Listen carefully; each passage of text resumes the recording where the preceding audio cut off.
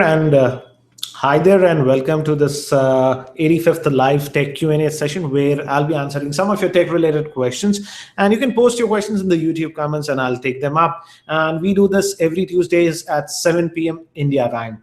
And if you are on Twitter, do follow me on Twitter at Geekyranjit, because throughout the week I keep posting stuff on Twitter. I can't just make videos for everything. So I can see quite a few questions. So let's start this Q&A session. And the first question I got is from Kiran. He says, how do you compare the Audio-Technica M40X with your old Grado SR60i headphones? These are headphones. Actually, I don't have my Grados here. This is the Audio-Technica that I have. I just got it last week, I guess. I would overall say that both are actually different kinds of headphones. This Audio-Technica has a closed back, so it does not have any openings over here, and it actually blocks everything. I wouldn't say it makes it soundproof, but it does block a lot of sound that is coming from outside. But with the Grado, that's not the case. And also, when you use the Grado, let's say if somebody is sitting beside you, they can easily hear that. That's not the case with this one. I would say in terms of just pure sound, I am actually leaning over these MX40, because even the bass is a lot more tighter on this and a little bit better, I would say. But the Grados are a little bit different. The Grados are a little bit brighter, I would say, but the bass is much more tight and punchier on this Audio-Technica. Overall, I would say these are, I would rate them, in my personal opinion. Sound is always a personal opinion. In my personal opinion, I would prefer them. But again, one thing I have noticed is that wearing this for over an hour, the ears get a little bit hot because it's covered. That's not the case with the Grado. The Grado, I can have it over 2 hours or so and nothing happens. But again, for the price, I would say both are excellent in terms of sound quality. And this Audio-Technica MX40 is also a big thumbs up. I was worried how would be the bass, but the quality of bass is actually very good. And it does have actually quite a bit of bass also. When bass is required, it's there and it's punchy. Anyways, let's move to the next question. And this is a NAS related question. Interesting. Let's take this one. And this is by Shobit Agarwal. He says he has connected his 1 terabyte passport hard drive, that's a portable hard drive, to his TP-Link Archer C20i. But I am still getting 5 megabits of download speeds at 5 gigahertz band. And how do you get 50 to 60 megabits at 5 gigahertz band? And which NAS do you use? I actually haven't used, I haven't connected my hard drive and do the file transfer. Actually, I have a NAS. I have a Synology NAS. And there, yes, on the 5 gigahertz AC band. Again, Shobit, you have to make very sure that your laptop or whatever device that you're using also has the Wi-Fi AC support. If that is there, then the file transfers will be fast. I would say the USB port will be actually pretty slow. So don't expect the speeds that you're getting, about 5 to 6 megabytes of speed, that are normal with the USB port of that router. Do understand that Archer C20i is a very budget oriented Wi-Fi router. In fact, this is the one. And so that is what you're going to get. You're not going to get very high speeds. And you can, I would say, if you want to check the speeds, connect one of the ports, Ethernet ports, to your desktop computer and put a file and then transfer it wirelessly using the 5 gigahertz band. That way, you should get better speeds. But again, it's a budget-oriented router. And if you're going to invest in a NAS, then I would not suggest this router, because it just has 100 megabit ports. If you have a NAS or anything, a high-end router that has gigabit ports is sort of essential, I would say. I hope that helps. Let's move to the next question. Zeus is asking me about my thoughts on the Meizu M1 Note and the ZTP Nubia. Any plans to review those? Zeus, as of now, I have no plans on reviewing these devices, and I haven't even checked them out. So I simply cannot comment about them as of now. Let's quickly just, let me just scan, guys. This is by Lenson. He says he wants a phone. His budget is around $10,000. He says his priorities are casual gaming, okay, browsing, and software build quality. I want this phone till the end of my engineering, 4 years. Lenson, let's be very practical. I don't think so in today's age. Any budget-oriented phone will last you for 4 odd years. Yes, after 2 or 3 years, the software will be pretty outdated. But you can certainly have a look at the Lenovo A7000. That's a pretty decent phone itself for 9,000. That and the performance is pretty good. The thing I don't like is the Lenovo Vibe UI that you get. But Lenovo is, I have noticed already 3 software updates that they have pushed. So they are fixing the bugs, etc. The other option that you have is the Xiaomi Redmi Note 4G that sells for 10,000, and that phone is also actually pretty good. The battery life is also very nice on that phone. But again, you have that Xiaomi Mi UI. If you're not comfortable with that, then don't go. But again, with both these phones, you can install the Google Now launcher to get the stock launcher experience. But again, they run their own custom UI. Let's move to the next question.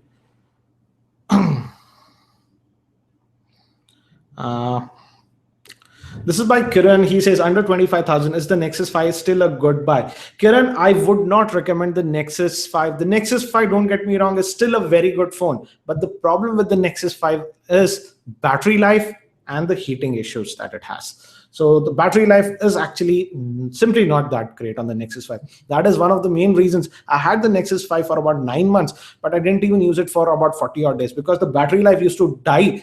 The phone used to almost die on me every evening. The battery life is simply not that. If you're a very casual user, yes, it will last you. But for a moderate to a heavy user, the battery life is not that good. In that price range, I would still suggest the OnePlus One. I would say the OnePlus One is slightly even faster than the Nexus 5, and the battery life is actually very good. And now the OnePlus One in India will also be getting the CyanogenMod updates.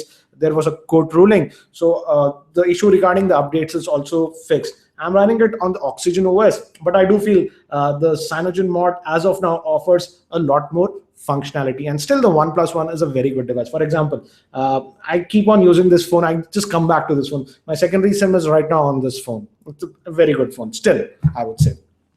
Anyways, let's move to the next question.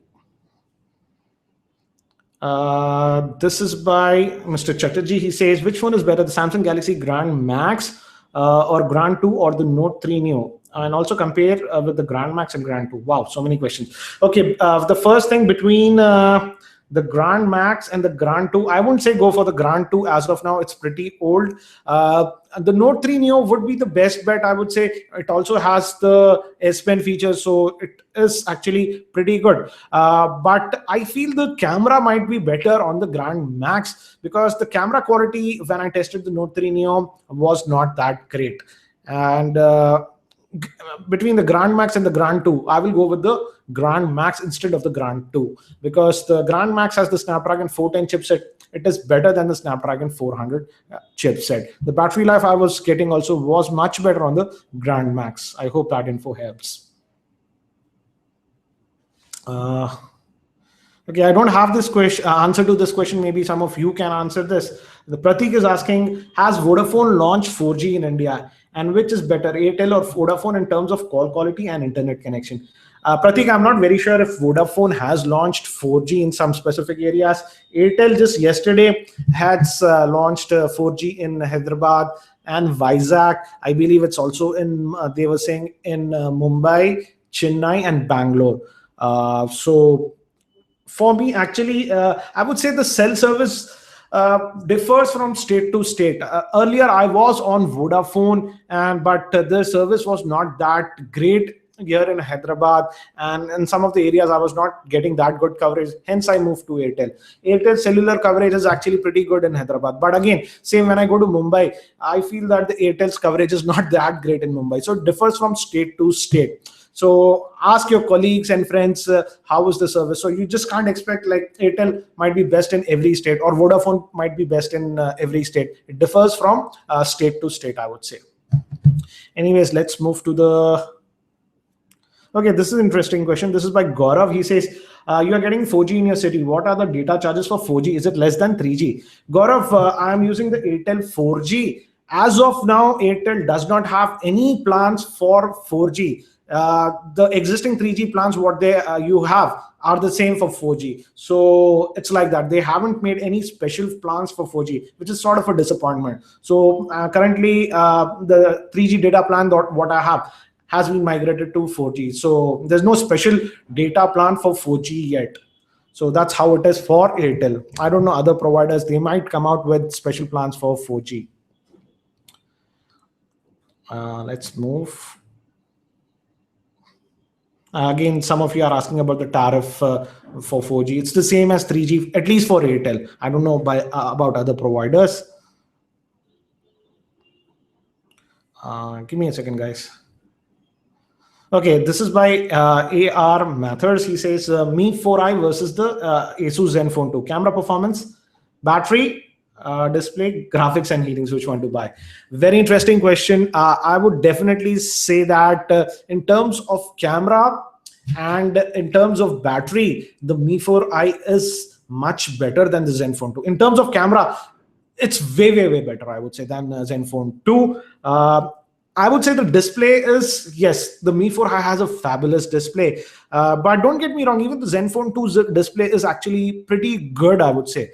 But what else did you ask? Oops, the question just migrated. But in terms of heating, I would say the Zenfone, the Mi 4i heats up a lot more compared to the Zenfone 2. In fact, you can check some of the gaming videos that I did in the performance mode. This was going up to 53 degrees Celsius, which is sort of insane. I don't like phones that go above 45 degrees Celsius. So yes, the Mi 4i exhibits heating issues. In terms of heating, the Zenfone 2, I wouldn't say it doesn't get warmer water, but it simply does not heat as much as the Mi 4i. Also, I did the 4G test today with a lot of phones, budget range, mid-range, high-end. But I was surprised that the Mi 4i got the lowest 4G throughput speeds. You can check out the video. I just posted it today, just a couple of hours earlier. I thought the Mi 4i would do better than the Lenovo A6000 Plus. A6000 Plus, because this has a Snapdragon 615 chipset, this has a 410, but the Lenovo A6000 Plus got better 4G speeds compared to the Mi 4i. Anyways, let's move to the next question. Give me a second, guys.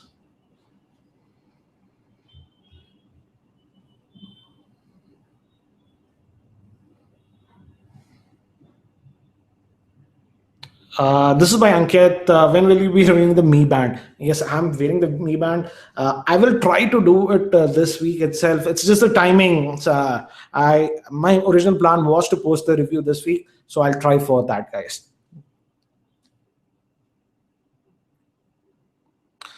Some of you are asking me about specific Android L updates for specific devices. Guys, I don't have any info. Generally, these companies don't share that info, at least with me.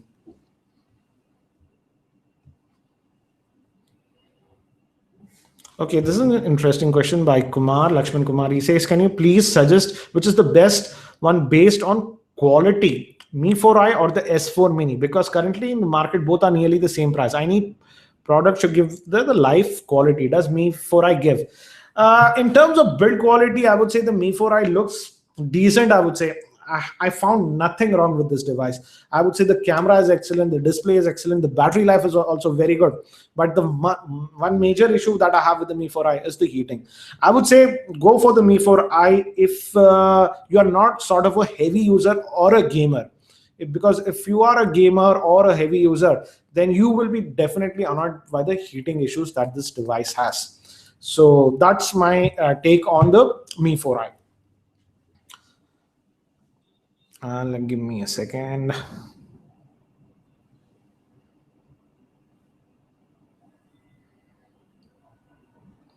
Vivek is asking, the Mi Band uses Bluetooth to monitor. Is it safe to use while sleeping? Vivek, all these trackers, it's not just the Mi Band. All these trackers use Bluetooth 4, that is Bluetooth low energy, and it is actually pretty safe. No, nothing to be worried about. Yes, I will be reviewing this shortly. Okay, this is an interesting question. Getting a lot of headphone questions. I'm happy for that. This is by Lokesh. He says, how's your Grado headphones performing till now? Is it worth upgrading from Skullcandy H2 to Grados? Oh, yes, definitely.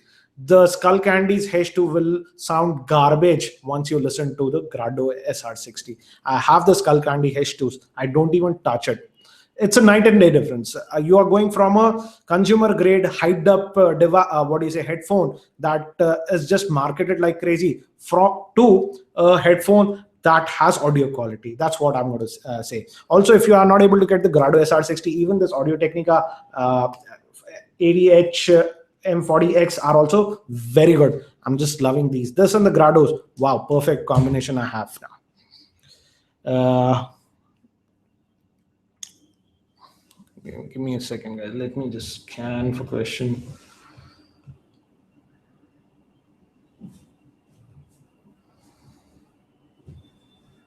People are asking me for routing guys, etc. Guys, I simply am not getting enough time to even complete the reviews. Hence, I just can't make other videos about it, about stuff like routing, etc. Okay, this is by Vivek Jain. Again, a router-related question. He's asking, what's the difference? He's talking about Wi-Fi routers. What's the difference between 2.4 gigahertz and 5 gigahertz on a router? Also share your thoughts on the newly launched Mizu M1i and the Nubia. Sorry, I don't want to comment on those products because I haven't tested them. Regarding 2.4 gigahertz and 5 gigahertz band on the Wi-Fi router, if you buy a normal Wi-Fi router, generic N150, N300, they will be based on the, a 2.4 gigahertz band. The advantage of 2.4 gigahertz band is that the range that you can get is actually pretty decent. But again, the problem what we have with the 2.4 gigahertz band is that as it's very common, and for example, if you live in an apartment or something, right now, if I'm in an apartment and if I just scan for Wi-Fi, I have about 35 Wi-Fi, routers jumping here and there. And the thing with Wi-Fi is that when it clashes with other routers, the range gets reduced a lot. And the advantage we have with the 5 gigahertz band is that as it's relatively new, there are not a lot of devices, Wi-Fi routers that use the 5 gigahertz band. Hence, you get it's not that congested. Hence, the throughput that you get on the 5 gigahertz band is actually pretty good. You get a lot faster speed. For example, as I told you, I have about 30 to 35 2.4 gigahertz bands when I scan in my apartment, but I just have two 5 gigahertz bands. So as you can see, it's not congested at all. And hence, you can get a lot faster speeds on the 5 gigahertz band. For example, 5 gigahertz Wi-Fi AC, you can get speeds up to 1.3 gigabit. That's the theoretical, but many of the new devices and laptops, for example, even the S6 supports speeds up to 800 odd megabits on the Wi-Fi AC, which is much higher compared to the 2.4 gigahertz. But again, in terms of range, I would say the range is a little bit less on the 5 gigahertz band. I would say the range is about 65 to 70% of what you might get on the 2.4 gigahertz band. I hope that helps. Let's move. Let me move to the next question.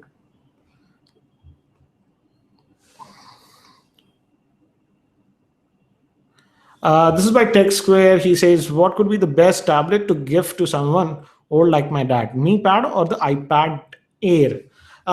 If you have the budget, I would say go with the iPad Air, but the iPad Air is pretty expensive. If you don't have the budget, you can go with the Mi Pad. It is a decent decent tablet. The only thing with the Mi Pad is that with gaming, it tends to heat up pretty quickly. So if the person who we are gifting is does not play a lot of games, then even the Mi Pad would be great. But again, the problem with the Mi Pad, I won't say the problem is with the Mi Pad. The problem is with the Android ecosystem, particularly with the tablets. I noticed that the quality of apps for tablets is simply not that great on Android. That way, iOS apps for tablet are much more refined and mature. So that way, for tablets, I generally lean towards the iPad because overall, because of the quality of apps for tablet, the experience is actually pretty good. I hope that helps.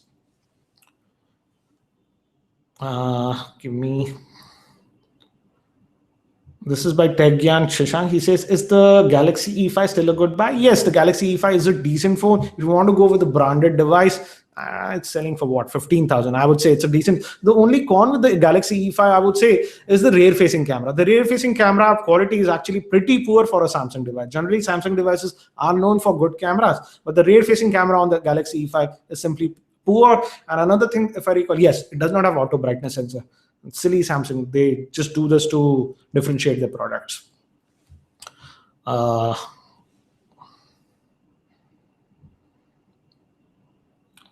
Nitesh Mohan, what are your thoughts on the Snapdragon 820? The Snapdragon 820 won't be a toaster as you are thinking, because it's a different architecture, and we don't know a lot about it. Yes, it's going to come out soon, and it's going to come out with high-end devices in the next 4-5, about at least 5-6 months, I would say. There is time for the Snapdragon 820 chipset. So let's see what happens. This is by Soham Chakrabarti. It's a good idea to build a Hackintosh now.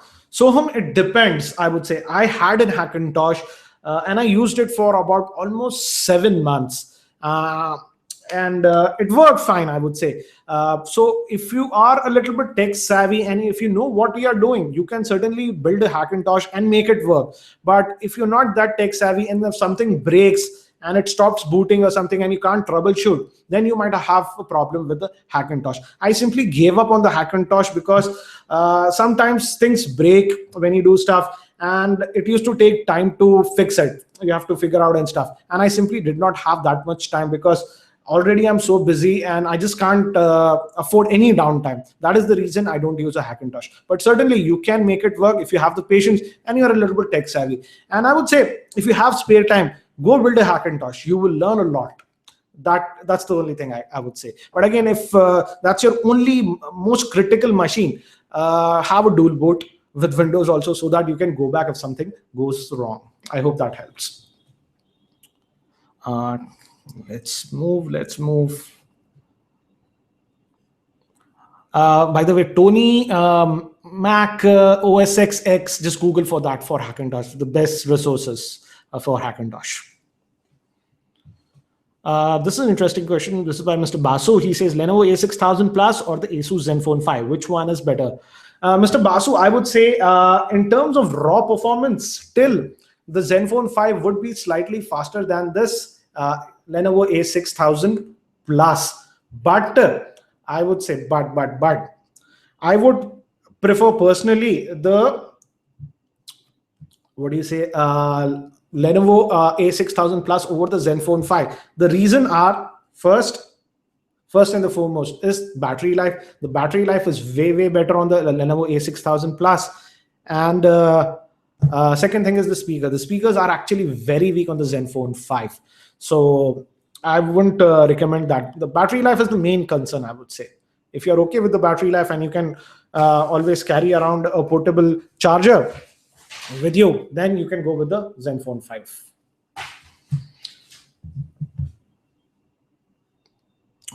Give me. Nabil is asking, did you test the 4G on the Eureka? I don't have a Eureka, guys. The Euphoria. I was supposed to get it today. I didn't get it. Maybe I'll get it tomorrow. When I get it, I will definitely test it, even on 4G. Give me a second, guys. Again, a headphone related question. Nice. This is by Manish. He says, is it worth buying the Audio Technica ADH M50X or should I move to the M40 or should I move to the M40X? Budget is not a problem. Manish, I would say, what is your purpose? If your main purpose is just to listen to music, then I would say go with the M50X because it emphasizes a bass a little bit, and I would say many people like that. The M40X has a very flat frequency, so if you would like really true sound, what is there without any coloring, then the M40X might be better. But for most people, they like a little bit of a bass that is emphasized, and that is what the M50X gives. So if you listen to a lot of music, then the M50X might be a better buy. But if you don't like any coloring with your sound source, then the M40X might be better. In fact, I'm enjoying the M40X, because I'm a person who does not like extra heavy bass or something like that. I want things to be neutral, because I always know that if I want a little bit of extra bass, I can always boost it via the equalizer. So that way I prefer the M40X, but the M50X also are great if you just primarily listen to music. Anyways, let's move. This is by Siddhansh. Will you be reviewing the LG G4? Siddhansh, I haven't gave a thought about the LG G4 as of now. I doubt, because I don't think so I'll be getting a review unit, and busy with other stuff. So as of now, I'm not very sure. And LG hasn't even announced the LG G4 launch dates in India. Anyways, okay, this is by Saurabh. He says, what do you think about the price of the OnePlus power bank? $1,400 still worth it? Xiaomi or the OnePlus? One USB port, was it the two USB port? Yeah, this is the power bank that I have. Yeah, the thing is that it has two USB ports, and both these ports are actually 2 amp. And I did charge devices, two different devices, for example, one of my tablets, and even a smartphone with this. So in that way it is good. The only thing is that if you notice, this is pretty long. Don't get me wrong, it's not as thick as the Xiaomi one is thick, but that is not that long. So it depends upon your personal what do you say, if you are okay with a single port, you can go with the Xiaomi. But if you prefer 2 ports, then this might be good. I generally prefer 2 ports because my power bank is generally in my bag, and whenever I travel or whatever, and in those circumstances, I would say 2 USB ports are better than 1. In fact, I use another power bank. Earlier I used to use, this is the one, the Chiro, and this one also has 2 USB ports. This one was the one I used to use because of the 2 USB ports. So I prefer 2 USB ports. And on a side note, I like the one thing about this OnePlus One power bank was that if you just charge a single device with it, many of the other power banks do get actually pretty warm and hot, but that was not happening with the OnePlus One. Yes, when I simultaneously charge 2 demanding devices like tablet and smartphone, yes, it gets a little bit warm, but with a single device, it was not even getting warm. So that's a good thing, I would say. Anyways, let's move to the next question.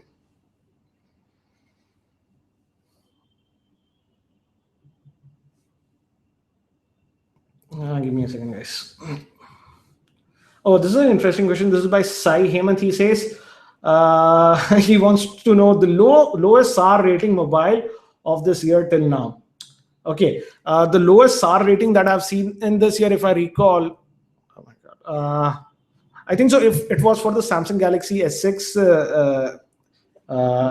and the S6 Edge, if I recall, it was 0.293, and that is one of the lowest that I have seen. And yes, it's I'm really happy that at least Samsung is paying attention to SAR rating, and that's a pretty low SAR rating. I generally don't like phones that go above 1.2, 1.3. The Indian limit for SAR rating is 1.6, but the lower is better, guys. And give me a second. Let's move. Okay, this is interesting. Again, I'm glad that I'm not just getting cell phone related questions, getting variety of questions. So this is by Rishi Raj. He says, "How is your experience using the Asus Wi-Fi router which you unboxed last week?" I would say the experience is excellent. In fact, that's the router that is connected right now, and I would say the experience is flawless. I'm really happy with the overall performance that router is giving me. Yes. Only thing I don't like is it's very pricey. I purchased it for 20,400, and that's a lot of money for a router. I'm still testing the stability of the router. It's too early to say how is the stability, but I have switched it on. I don't switch it off, so it's on all the time. At least till now, last 7-8 days since I've been using it's been working perfectly fine. I also did test the DLNA functionality that worked on it. I'm using it as dual band. The Wi-Fi AC range is also actually pretty good, and the 2.4 gigahertz band Wi-Fi range is actually excellent. It can reach even my terrace garden. So overall, I'm pretty happy, but don't like the price. It's just too pricey in my opinion. Anyways, let's move to the next question.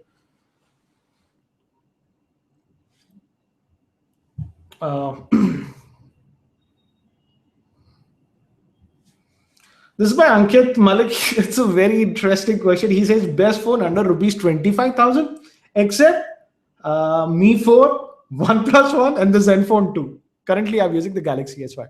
Dude, I was going to say the OnePlus One, but you don't want that. My second choice was the Zenfone 2. Now you don't even want that. Oh my God. So it looks like you want branded devices. You can have a look at Galaxy A5 that sells for 23,000 if you want a branded phone or whatever. That is there, but you are paying a lot. Personally, I would say go between the OnePlus One or the Zenfone 2. But again, if you're brand conscious, you can go with the Galaxy A5. But again, remember, you are paying a sort of a big premium for the metallic build quality and the brand. That's my frank opinion. Anyways, let me. Oops, again. This is by Ragul Smart, and he's asking me about my broadband connection. Which broadband connection do you use, and how is the upload speed? Ragul, I'm using this. This is only in Hyderabad. This company, this one known as Beam Fiber. They provide internet connection via fiber. But just about 2-3 months ago, Act Broadband has taken over. Now it's known as Act Broadband, and I'm technically I'm on the 100 megabit plan, but I didn't call them to upgrade, so I'm getting 50 megabit speed, and both the download and the upload speeds are 50 megabit. But I'm eligible for a 100 megabit upgrade, but I'm not even bothered to call them because this is working perfectly for me. I just don't want them to tinker around with it. But technically, yes, I'm on a 100 megabit plan. And both the upload and the download speeds are the same with this ISP because they provide it via fiber, so they are able to provide it. So let's also take one more similar question. I just missed it somewhere. Somebody was asking me about ADSL connection. Are they bad and are they not stable? Guys, these questions just scroll away like crazy. So to answer that, I would say ADSL connections are actually pretty decent, and it's not that they're not stable. Earlier, I also had an ADSL connection. Earlier, I had a BSNL connection for a couple of years. And later on, I had an Airtel connection that was also on ADSL.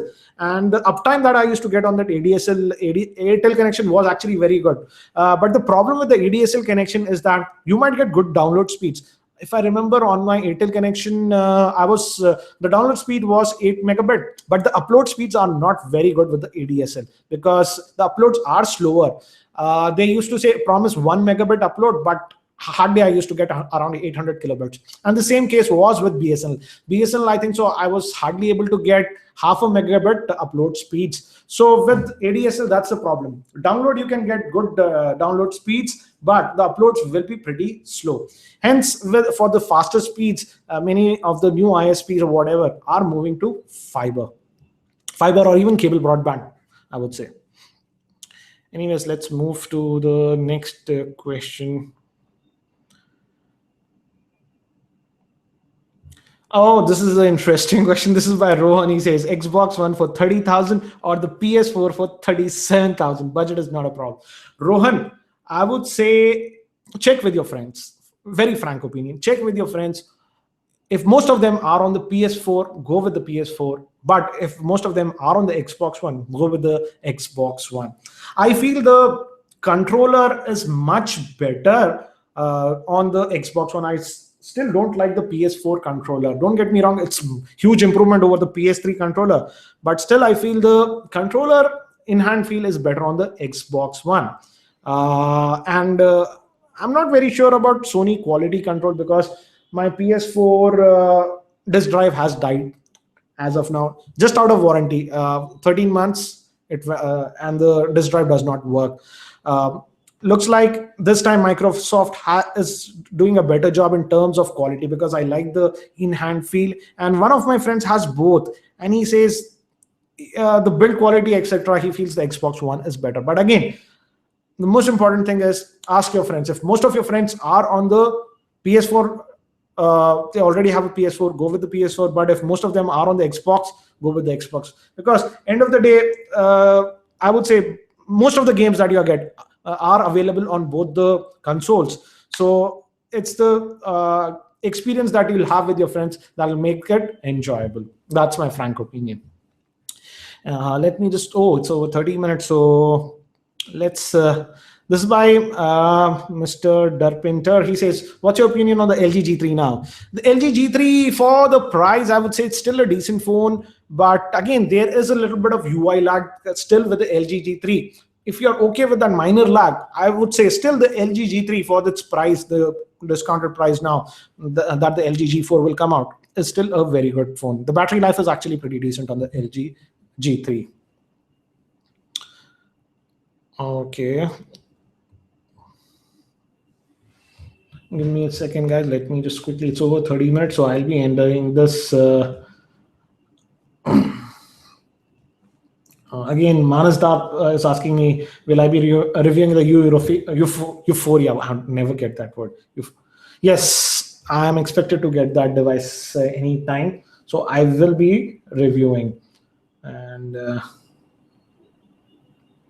okay, this is by Rohit. He says, I want to know if I can connect multiple USB drives to a device which has only one full-size USB port by any means. Rohit, yes, you can easily do that. For example, I use a Mac Mini. It just has 4 USB ports, and I have about 8 USB devices. So I have just used a USB hub, and I connect it via that. And that way, I get 4 more USB ports. But I'm using a powered USB hub.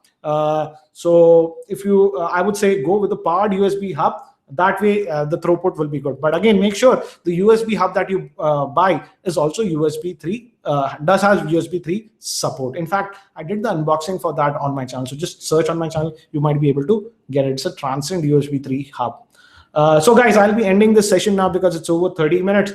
And again, next week, I might not be able to do this live Q&A session because I might be traveling on Tuesday, Wednesday, and the rest of the week. I think so. Something is coming up. So again, guys, thanks for joining me on this live tech Q&A session. And again, do remember, if you are on Twitter, do follow me on Twitter at Geekyranjit as for the latest updates and stuff. So again, thanks for joining. This is Ranjit, and I hope to see you in my next video.